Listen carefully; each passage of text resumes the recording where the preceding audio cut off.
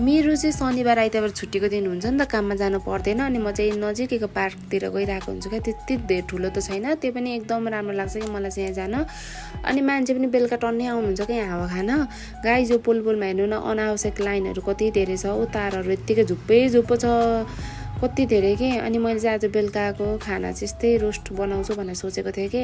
अब म प्रायः बिदाको दिन होइन, भ्याएको दिन फुर्सदहरू मिलाइवरी मैले चाहिँ प्रायः यस्तै खानेकुराहरू कहिलेकाहीँ म रुममै बनाउँछु क्या, खाना मन लागेको चिजहरू चाहिँ। पहिला चाहिँ म यस्तो बनाएको भिडियोहरू केही ल्याउँदिनँ थिएँ, हाल्दिनँ थिएँ होइन। आजभोलि चाहिँ अब मैले भ्लगहरू बिस्तारै स्टार्टिङ गर्दैछु नि त, अनि त्यही भएर मैले चाहिँ यो भिडियो पनि हालेको थिएँ। अनि हजुरहरूले पनि माया गरिदिनु होला मेरो भ्लगलाई, जस्तो भयो भने जे भयो भने है। अनि मैले चाहिँ उता रोस्टको लागि म्याग्नेट गरेर त्यत्तिकै छोडिदिएँ। अनि यता अचारको लागि पनि मैले रेडी गर्दैछु। अनि अचार यता रेडी गरिसकेपछि मैले चाहिँ तार्न पनि थालिसकेँ क्या यता।